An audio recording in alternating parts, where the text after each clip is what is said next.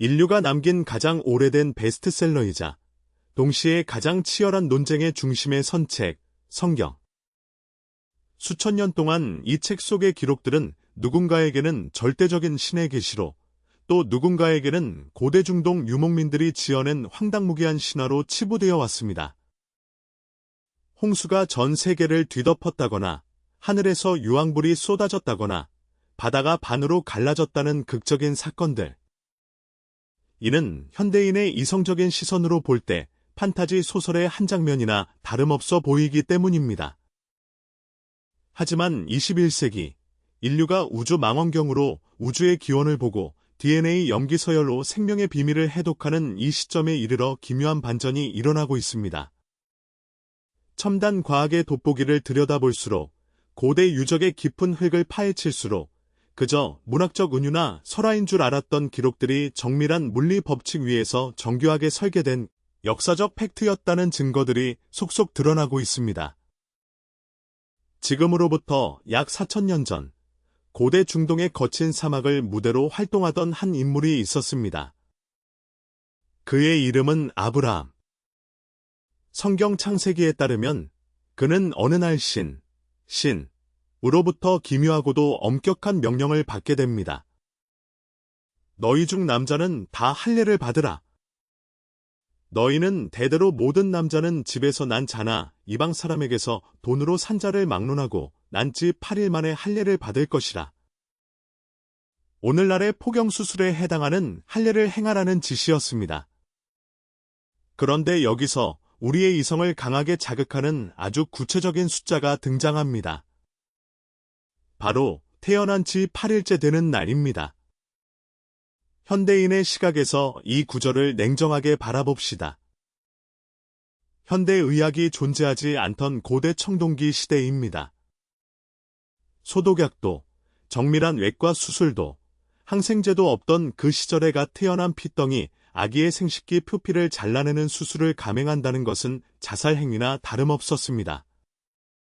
실제로 고대 사회에서 무모한 외과적 시술은 폐혈증이나 과다출혈로 이어져 영아, 사망률을 극도로 높이는 주범이었습니다. 그런데 왜 성경의 신은 3일째도, 5일째도 아닌 하필 정확하게 8일째를 콕 집어 명령했을까요? 비교의학사 및 고고학적 발굴 결과에 따르면 고대 이집트나 메소포타미아 문명권에서도 할례의 흔적은 발견됩니다. 이집트 사카라에 있는 기원전 2400년경의 앙크마오르 무덤 벽화가 대표적입니다. 이집트 사카라 벽화에는 성인 혹은 사춘기 소년들이 줄을 서서 할례를 받는 모습이 생생하게 묘사되어 있습니다.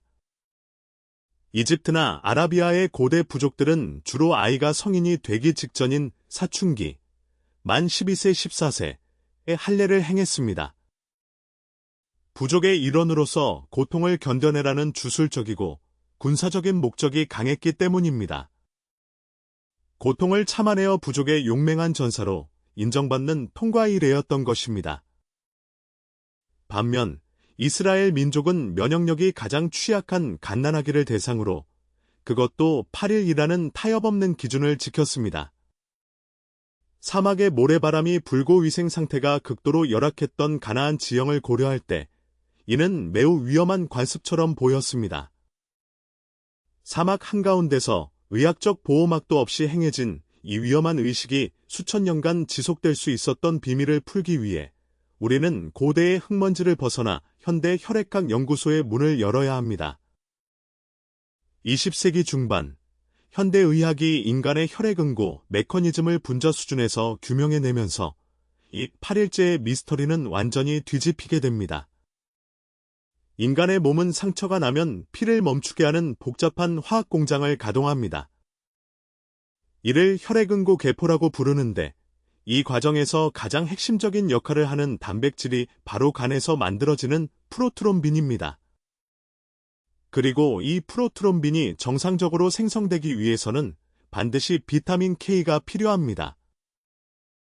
현대 혈액학계의 데이터에 따르면 신생아는 태어날 때 장내 미생물이 부족하여 스스로 비타민 K를 합성하지 못합니다. 따라서 출생 직후 신생아의 혈액 내 프로트롬빈 농도는 성인의 약 30% 수준에 불과합니다. 만약 이때 수술을 하면 지혈이 되지 않아 과다출혈로 사망할 위험이 극도로 높아집니다.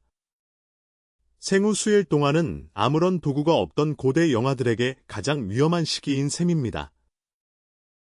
그런데 생후 수일이 지나면서 아기가 모유나 분유를 섭취하고 장내 미생물이 활성화되면 비타민 K가 내부에서 급격히 합성되기 시작합니다. 혈액 응고 수치가 기적처럼 치솟는 것입니다.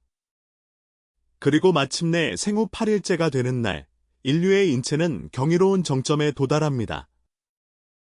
생후 8일째의 프로트롬빈 농도는 성인 기준치의 무려 110%까지 치솟게 됩니다. 이는 인간이 태어나서 평생을 살아가는 동안 가장 높은 혈액 응고 수치입니다. 면역력과 지혈 능력이 최고조에 달하는 이단 하루의 시기에는 수술을 해도 출혈이 최소화되고 상처가 가장 빠르게 치유됩니다. 의학 박사 스몰리는 그에 져서 질병이 없는 삶에서 이 현상을 지적하며 다음과 같이 결론을 내렸습니다. 현대의학은 혈액응고, 촉진제와 프로트롬빈의 관계를 최근에야 밝혔지만 성경은 이미 4000년 전에 이를 명시했다. 물론 일부 의학계에서는 다른 견해도 제기합니다. 현대 병원에서는 신생아가 태어나자마자 1시간 이내에 비타민 K 주사를 맞히기 때문에 굳이 8일째를 기다릴 필요 없이 생후 2에서 3일 만에 수술해도 안전하다는 의견입니다. 하지만 우리는 현대 병원 시스템이 없던 4000년 전이라는 시공간의 특수성을 다시 고려해야 합니다.